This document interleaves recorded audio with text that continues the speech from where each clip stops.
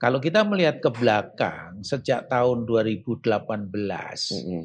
itu kita tahu bahwa tanda-tanda bahwa kita akan menghadapi masalah ini itu sudah ada. Oh. Nah, impor ini kan sayang, daripada uang triliunan Iya, dikasihkan petani di luar, kenapa tidak kita buat berikan petani kita petani sendiri. kita sendiri? Sebenarnya ya, kalau kita bicara untuk Ramadan dan Lebaran. Lebaran, sebenarnya selama 5 tahun terakhir ini sebenarnya kita itu harusnya aman. Karena pada saat sudah panen.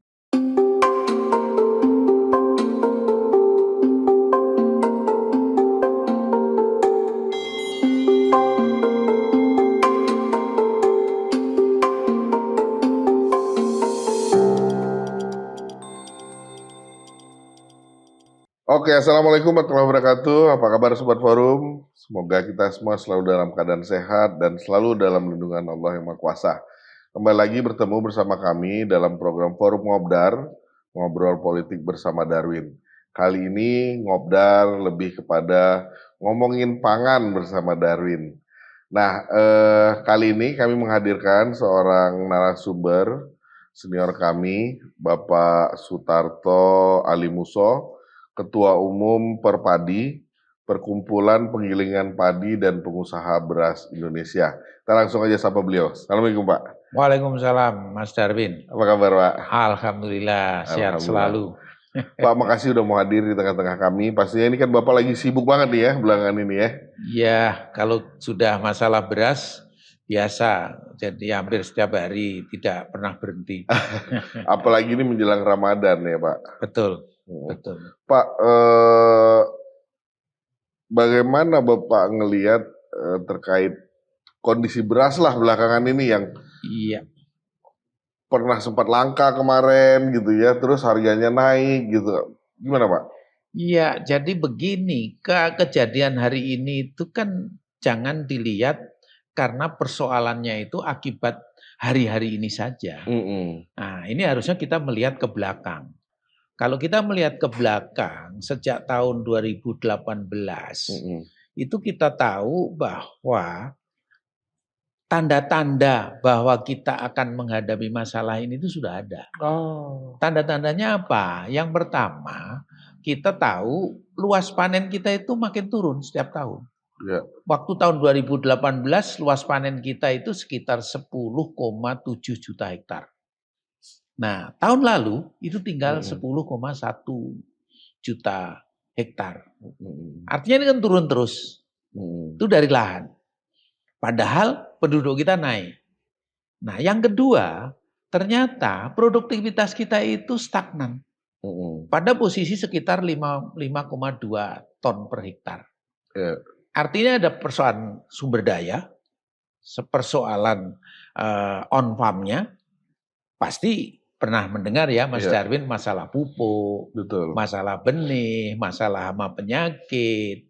Nah, kemudian ditambah lagi El Nino. Jadi El Nino ini memperparah gitu loh. Nah, persoalannya itu dari sana. Itu dari aspek hulu, kemudian on farm, belum masalah hilirnya.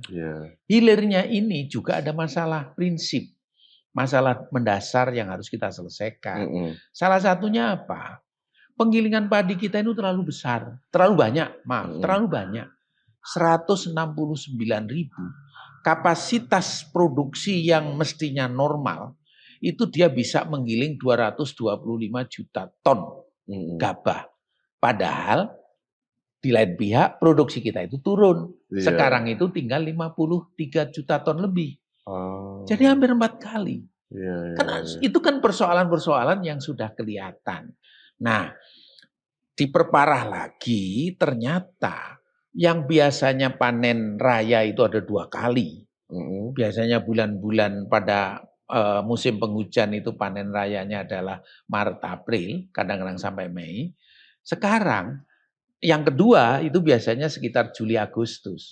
Ternyata Juni Juli Agustus itu tidak ada panen raya lagi. Jadi tinggal sekali. Nah, tinggal sekali. Nah, ini pasti persoalannya ada hubungannya dengan konversi lahan. Yang tadi itu dari luas panen biasanya 10,7 turun tinggal 10, dari 10,7 ya menjadi 10,1 tadi. Nah, inilah persoalan yang diperparah dengan adanya El Nino sehingga terjadi kelangkaan pasokan. Nah, di lain pihak juga ternyata pemerintah dari aspek stok yang dikuasai oleh pemerintah itu sangat kecil. Pada akhir tahun pada bulan Juli 2023, stok pemerintah yang dikuasai itu hanya 500-an ribu ton. Padahal pada saat mulai Agustus itu disebut dengan paceklik. Produksi turun terus itu di bawah kebutuhan. Jadi minus lah bulanan itu. Nah, ini akhirnya apa? Pemerintah untuk bergerak itu tidak longgar. Meskipun akhirnya memutuskan untuk impor kan waktu itu. Nah, impornya kan tidak mudah, datangnya tidak serentak. Sehingga waktu untuk menyeimbangkan pasar ini nampaknya belum tepat waktu. Ya, artinya kalau disebutkan kenaikan harga beras ini tidak hanya terjadi di Indonesia, tapi juga di negara-negara lain, itu betul Pak ya? Ya, tapi sebenarnya kalau kita pernah melihat ke belakang, tahun 2008 pernah ada krisis pangan. Salah di regional kita. Harga beras berapa waktu itu $1. $1. Tapi karena kita produksinya berlebih, kita pada posisi jauh di bawah $1 dan kita tidak naik. Itu terjadi 2008. Nah, jadi mau tidak mau kalau kita menghadapi persoalan di luar supaya tidak berpengaruh di dalam, tentunya mau tidak mau produksi kita harus berlebih. Harus cukup. Pasti pertanyaannya, mungkinkah kita menuju ke situ kan? Pasti ke sana. Nah, dalam jangka pendek dengan luas areal kita sekitar 7,1 juta hektar, yang sebagian bisa tanam 2 kali, apalagi kalau pemerintah ini mengatakan membangun bendungan, semua ini berjalan. Logikanya kan luas panen kita kan bisa lebih dari 10,1 juta hektar. Bahkan mungkin bisa sampai 11 juta hektar mestinya. Kalau semua berjalan dengan baik. Jangka pendek, kalau antara 10 sampai 11 juta hektar, kemudian produktivitas kita bisa tingkatkan per hektarnya dengan catatan tadi itu, bagaimana pupuknya tepat waktu, kemudian benihnya sesuai dengan kebutuhan dan sebagainya. Produktivitas kita masih bisa kita naikkan. Katakanlah menjadi 6 ton per hektar saja, dari 5,2 menjadi 6 ton, ini kan pada dasarnya tidak terlalu banyak kan. Nah, itu kita sudah bisa memproduksi lebih dari 66 sampai 70 juta ton gabah. Nah, konversinya berapa? Berarti kita bisa memproduksi lebih dari 33 sampai 35 juta ton beras. Kebutuhan kita hanya sekitar 30. Bahkan kurang. Masih surplus kita masih surplus. Jadi pengaruh beras dunia naik pun itu tidak akan berpengaruh. Nah, naiknya harga beras dunia, pengalaman saya, ya kebetulan saya punya pengalaman. 35 tahun saya di pertanian, 5 tahun saya di Bulog ya. Jadi pengalaman yang saya ikuti, karena bila Indonesia mengumumkan impor beras, pengaruh di dunia beras akan naik. Harga beras di dunia naik. Kenapa? Karena Indonesia kalau ngumumin kadang-kadang terlalu tinggi. Hari ini kan ngumumin lagi, kita akan impor 3 juta ton. Itu secara psikologis menaikkan harga beras dunia. Nah, karena apa? Saya kadang-kadang sedih kalau di International Rice Conference, pertemuan, Indonesia itu ditempatkannya itu sebagai importir. Saya selalu ditanya, berapa impornya? Berapa impornya? Saya tidak pernah ngomong. Kenapa? Kalau saya ngomong Indonesia akan impor lebih-lebih 3 juta, 2 juta, itu akan menaikkan harga beras dunia. Ini yang harus menjadi catatan. Karena importir yang besar kalau di Asia Tenggara itu Filipina, Dan kadang-kadang Indonesia tadi, kadang-kadang. Nah, kan kemarin kan kita sempat tidak impor. Makanya kita harus main strategi juga sebenarnya kalau kita bicara mengenai seperti hal-hal seperti ini. Kalau gitu gini Pak, tadi ada persoalan dari hulu gitu ya, Betul. kemudian sampai dengan ke hilirnya gitu. Kira-kira apa yang harus dilakukan oleh pemerintah kita, apalagi ini menjelang akan dilantik nih pemerintah baru kan, Iya. untuk mengatasi persoalan-persoalan ini agar tidak terjadi di kemudian hari? Ya, pasti ada jangka pendek dan jangka menengah maupun jangka panjang. Kalau kita bicara jangka pendek, tentunya kita harus mau tidak mau meningkatkan produksi melalui peningkatan produktivitas utamanya dan juga meningkatkan yang tadinya tidak tanam, bila perlu didorong untuk tanam, diberikan modal pupuk, modal benih, sehingga dia akan tanam, sehingga luas panen kita meningkat. Dan ini kan kita masih punya kesempatan. Jadi yang sekarang segera panen ini, segeralah tanam. Karena bulan depan ini kan mulai panen. Mohon maaf, bulan ini ya. Bulan ini mulai panen, produksi kita mulai surplus bulan ini, mudah-mudahan bulan April, Mei masih surplus. Nah, persoalannya Juni, Juli harusnya juga surplus. Nah, supaya surplus, tanam. Nah, untuk nanam itu mungkin kita perlu menyediakan pompa-pompa air untuk menyediakan airnya misalnya. Supaya jangan nanti kekeringan. Nah, ini jangka pendek yang harus dikerjakan. Kawal sampai dengan panen nanti sekitar bulan Juli, Agustus. Sehingga kita punya surplus yang besar. Begitu kita punya surplus besar, tentunya aman. Kalau kita tidak punya surplus besar, akhirnya tadi itu, kita pasti akan impor lagi kan. Nah, impor ini kan sayang. Daripada uang triliunan dikasihkan petani di luar, kenapa tidak kita berikan petani kita sendiri. Ini jangka pendek.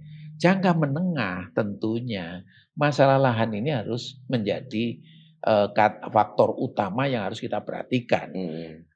Kan ada persoalan reforma agraria yang belum terlaksana dengan baik. Nah, padahal banyak lahan yang dikuasai oleh pihak-pihak tertentu, baik swasta maupun pemerintah, ini yang tidak produktif.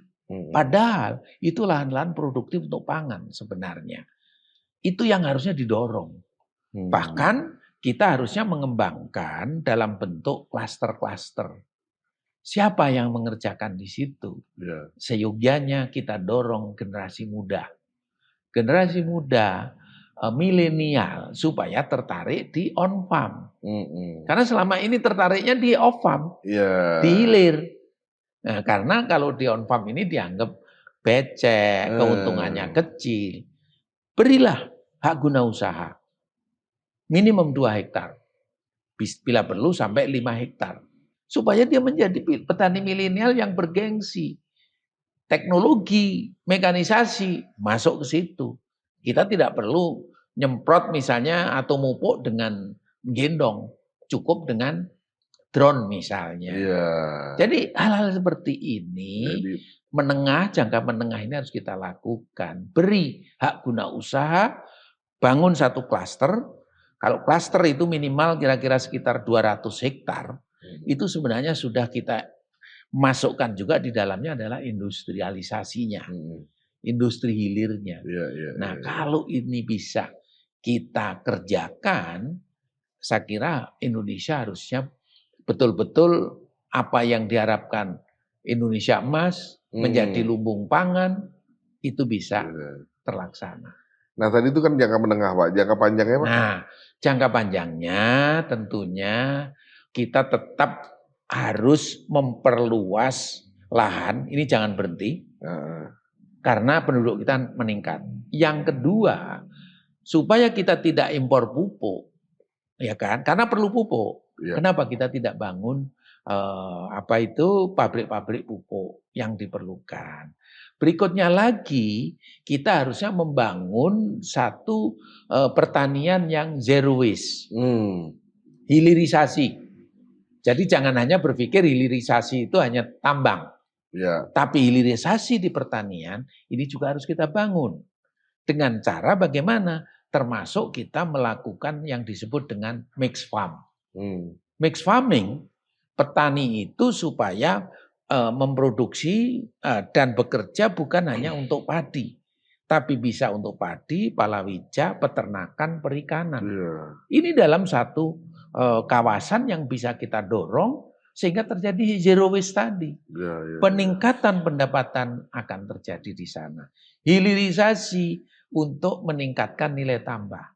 Jadi semua ini bisa dilakukan kalau kita bangun satu klaster, kita bangun petaninya menjadi petani yang berkelompok, membangun unit-unit usaha, bisnis di antara mereka. Jadi berpikirnya petani harus kita transformasikan menjadi petani yang berpikir bisnis, bukan hanya menghasilkan bahan baku. Nah itu belum berjalan sekarang, Pak? Nah sebenarnya secara spot-spot, contoh-contoh, itu udah ada kan ya sebenarnya? Itu sudah lama, sudah dilakukan. Sayangnya ini tidak direplikasikan secara cepat.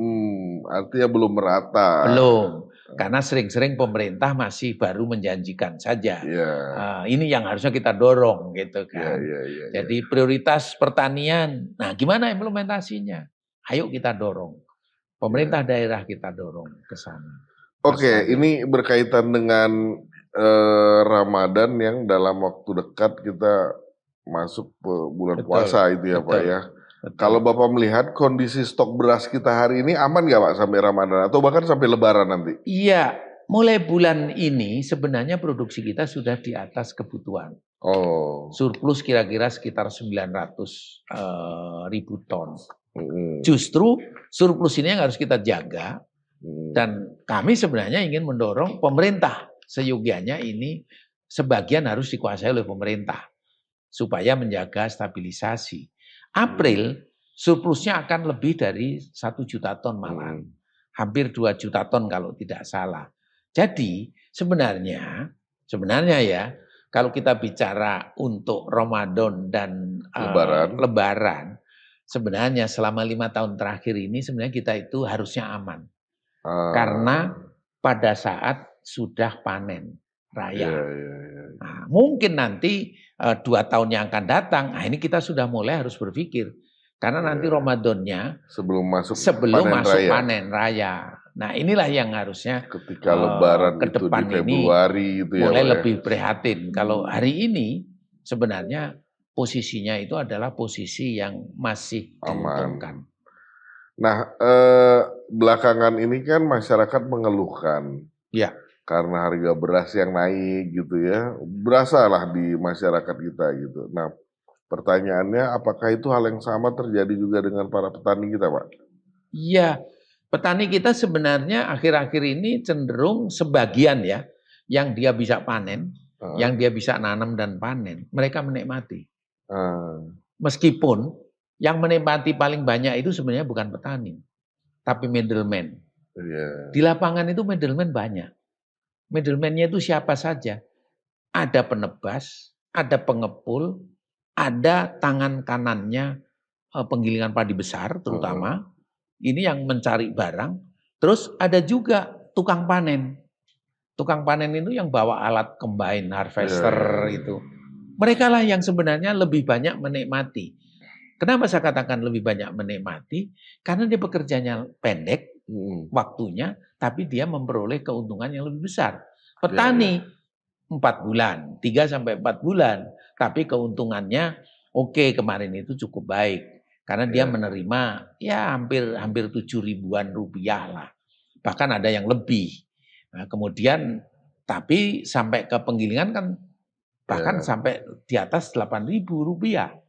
Jadi selisih ini kan yang menikmati middleman ini yang banyak gitu. Justru bukan petaninya, Pak. Petaninya menikmati, tetapi alangkah baiknya kalau middleman ini juga kita lakukan bagaimana supaya tidak mengambil keuntungan yang terlalu besar tadi. Nah, terus berikutnya nih Pak, kan ini harga beras semakin liar ya dalam tanda kutip, kenaikannya tuh semakin liar gitu ya. bahkan di beberapa daerah udah semakin tinggi gitu ya. Ada yang menyebutkan ini Pak, ini salah satu tanda-tanda menuju krisis.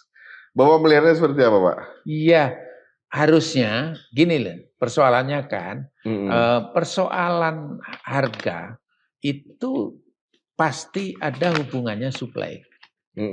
Kalau suplainya cukup, pasti aman. Harga bisa dikendalikan. Sekalipun pemerintah tetap harus pengalaman puluhan tahun, ternyata pemerintah itu harus menjadi penyeimbang. Caranya gimana? Pemerintah harus punya stok. Jadi yang menentukan harga itu ada dua. Pasti memang betul kalau beras itu naik atau turun pasti ada hubungannya dengan harga gabah. Nah, sehingga apa? Yang pertama, produksi ini harus cukup. Produksi dalam negeri. Kalau produksinya cukup, pasti harga akan bisa terjaga manakala tidak ada yang bermain di dalam distribusi. Kalau itu kan bisa dikontrol lah oleh pemerintah. Nah, yang kedua, supaya pemerintah bisa ngontrol, faktor yang penting adalah pemerintah memang harus menjadi penyeimbang. Supaya dia bisa menjadi penyeimbang, pemerintah harus memiliki stok yang cukup. Nah, stok yang cukup itu bagaimana? Ternyata pemerintah itu sudah punya konsep. Setiap saat pemerintah itu harus punya sekitar 1,5 juta ton. Paling tidak, setiap akhir tahun on hand di tangan pemerintah itu harus ada sekitar 1,5 juta ton. Artinya itu cadangan ya? Cadangan, karena apa? Bulan Januari, Februari biasanya adalah bulan yang terdalam. Terdalam minusnya. Pemerintah harus melakukan intervensi.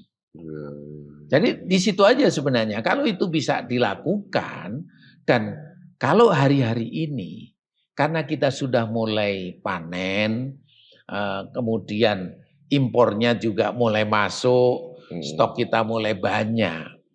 Kita sebenarnya mestinya bukan mungkin terlalu dibesar-besarkan kalau kita menuju krisis. Tapi ingat, kalau kita tidak melakukan transformasi, perbaikan jangka pendek, jangka menengah, dan jangka panjangnya, bisa saja suatu saat kita krisis pangan. Yang seperti yang kita diskusikan tadi, Mas Darwin. Jadi ini yang harusnya kita betul-betul melakukan transformasi bagaimana kita menuju kepada tadi itu, lumbung pangan. Dan kita punya peluang itu gitu kan. Jadi tentunya ada syarat-syarat tadi, mulai syarat di lahannya, syarat di on farm-nya, syarat di hilirnya. Ini harus kita lakukan hulu hilir ini secara holistik. Jadi dengan kata lain, kondisi hari ini itu masih jauh dari krisis sebenarnya Pak. Tapi kalau ini nggak disikapi dengan bijak, nggak mustahil kita mengarah ke krisis gitu kali ya. Iya, betul. Saya setuju Mas Darwin. Jadi situasinya itu sebenarnya orang mengatakan tidak baik-baik saja, tapi harapan dan pemerintah saya kira juga sudah tahu langkah apa yang harus ditempuh. Saya pikir kok terlalu dini kalau kita mengatakan kita akan krisis. Saya pikir tidak. Tapi ini juga jangan dibesar-besarkan. Kalau dibesar-besarkan krisisnya, itu akan menyebabkan panik bagi masyarakat. Sebenarnya pemerintah itu seyogyanya tidak perlu membesar-besarkan.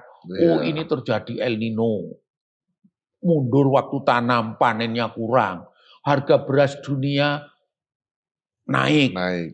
Kemudian kita harus hati-hati dan sebagainya. Itu yang menyebabkan efek psikologisnya sebenarnya justru negatif. Masyarakat jadi panik.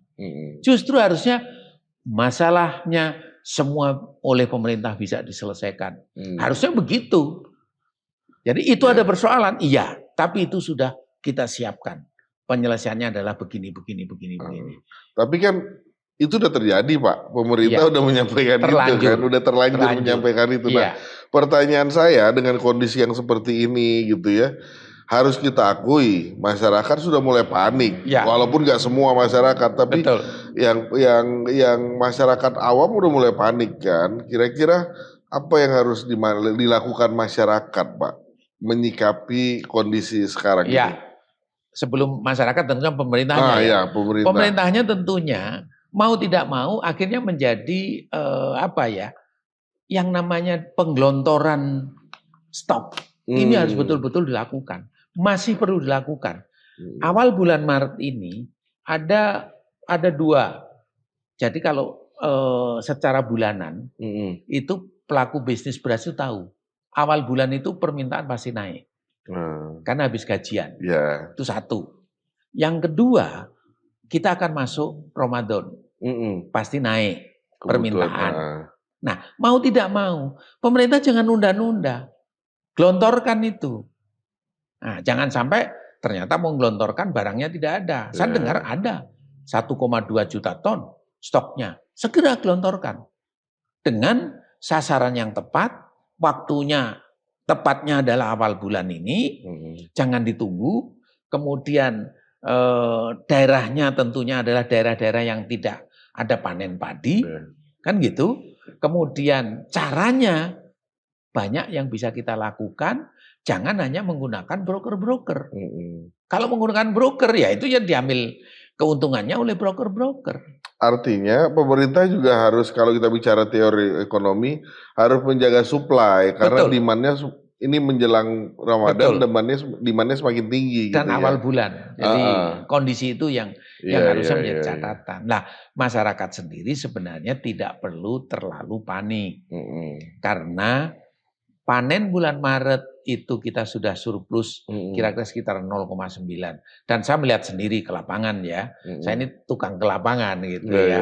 Kebetulan kami punya kerjasama dalam rangka membangun pertanian low carbon. Itu di 5 kabupaten. Di pusat produksi Madiun, Ngawi, Sragen, Klaten, Boyolali. Nah itu saya kerjasama dengan 2 LSM, 1 Preferred by Nature dan 1 lagi dengan Koalisi Rakyat untuk Kedaulatan Pangan.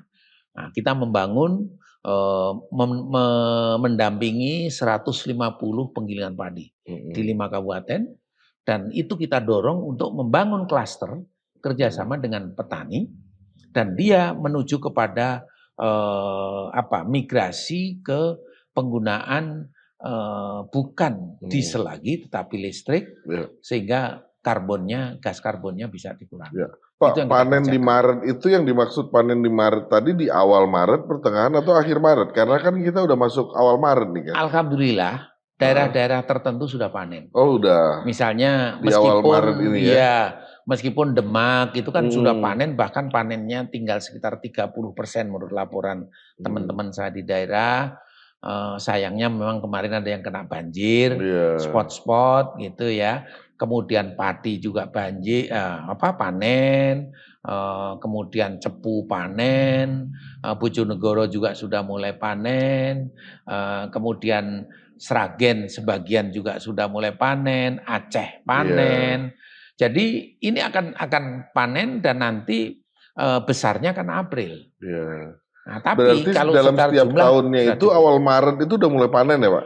Sebenarnya awal kalau Maret. Iklimnya normal, Februari itu harusnya sudah panen.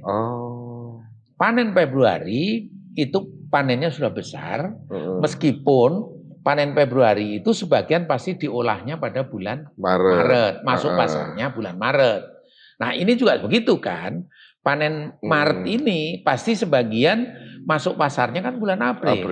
Tetapi karena sudah mulai panen dan diperhitungkan surplusnya itu 900 ribuan ton, itu menurut saya itu harusnya sangat aman.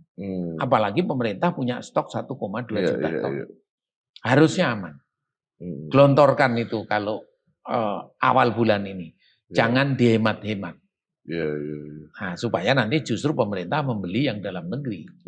Pak, kembali ke persoalan tadi ya, yang hari ini mengakibatkan harga beras menjadi naik gitu. Nah, seandainya ini terjadi dalam waktu yang panjang, cukup lama gitu. Kira-kira selain krisis, Apalagi kemungkinan yang akan terjadi, Pak?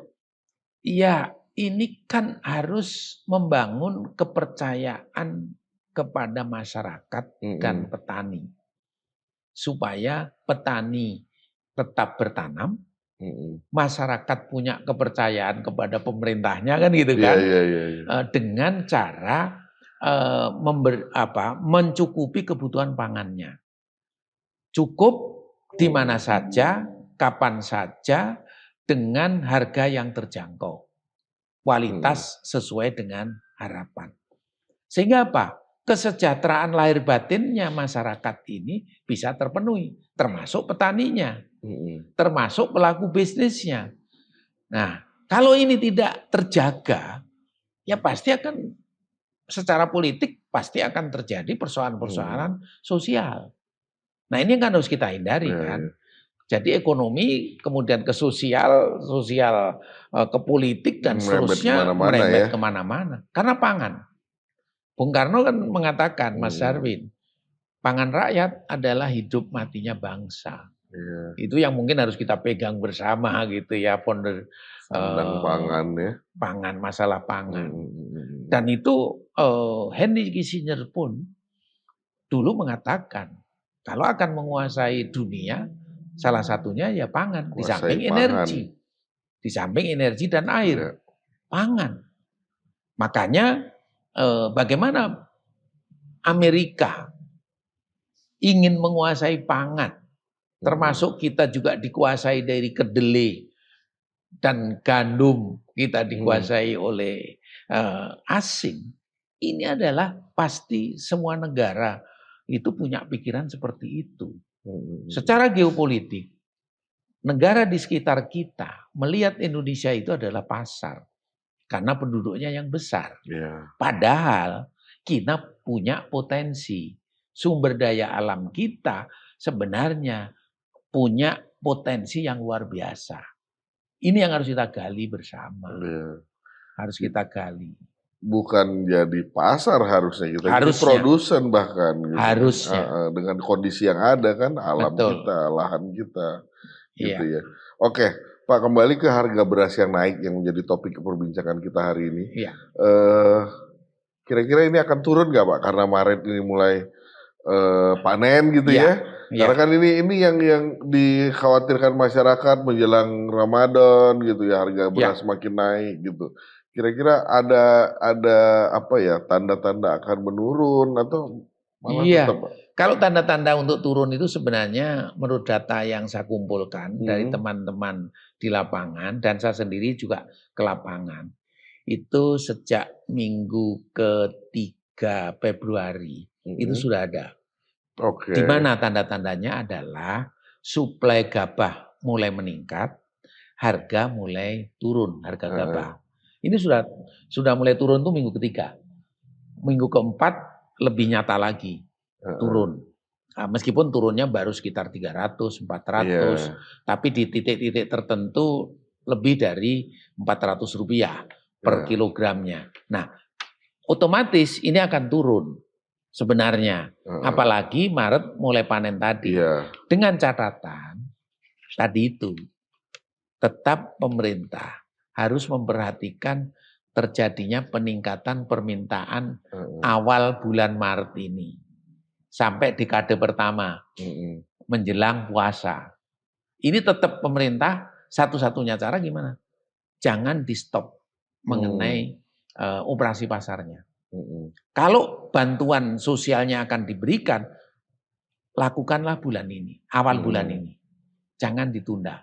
Supaya apa? Tekanan terhadap produksi bulan Maret ini itu tidak terjadi.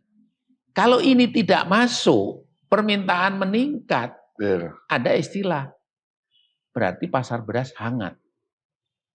Nah, itu pasti ada yang apa itu, ya tanda petik, pasti ada yang memanfaatkan situasi seperti itu.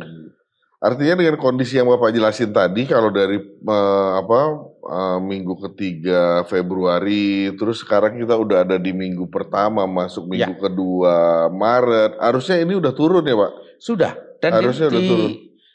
turunnya memang begini, kalau beras itu gabah turun, bukan berarti minggu itu juga langsung turun beras harga turun, berasnya. tidak, kecuali lokal. Kalau lokal otomatis kan, karena digiling hari itu dijual. Nah, biasanya kalau orang membeli hari itu di lokal, pasar lokal, pasti sudah turun. Nah, untuk pasar-pasar di luar, pasti yang di luar itu alasannya modalnya modal lama. Bahkan penggilingan-penggilingan tertentu mengatakan, oh saya masih pakai modal beli gabah yang lama. Sehingga harganya belum turun. Nah, sampai ke retailnya mungkin belum turun. Sehingga perlu waktu mungkin seminggu sampai 10 hari. Itu biasanya akan seperti itu. Tapi dengan catatan tadi, jangan berhenti tadi. Jadi supaya tidak ada tekanan pasar gitu. Artinya agar masyarakat kita tenang melalui obrolan kita ini, Pak. Iya. Ramadan ini dipastikan stok beras aman dan kemungkinan harga akan semakin turun gitu, Pak, ya. Insya Allah. Kecuali ada pemain-pemain yang ini yang nakal nih, Pak, di lapangan. Betul. Nah, pemain yang nakal tinggal kita laporkan, kita ada Satgas Pangan. Jadi Mas Darwin tinggal lapor saja di mana, siapa yang bermain. Dan sekarang pasti yang namanya penggilingan padi besar yang punya modal, dia akan mengganti stoknya. Dia pasti akan melepas stoknya kalau dia nyimpan. Karena menjelang panen Maret dan April. Jadi itu siklus saja gitu loh. Siklusnya ya. Jadi kita kalau kita bicara hari ini harusnya tidak khawatir. Dan masyarakat mudah-mudahan mendengarkan obrolan kita, Mas Darwin. Mudah-mudahan. Jangan Nanti khawatir. Kita akan coba sampaikan ini gitu ya. Pak, kita sebelum ini ngopi, Pak, silakan. Terima kasih.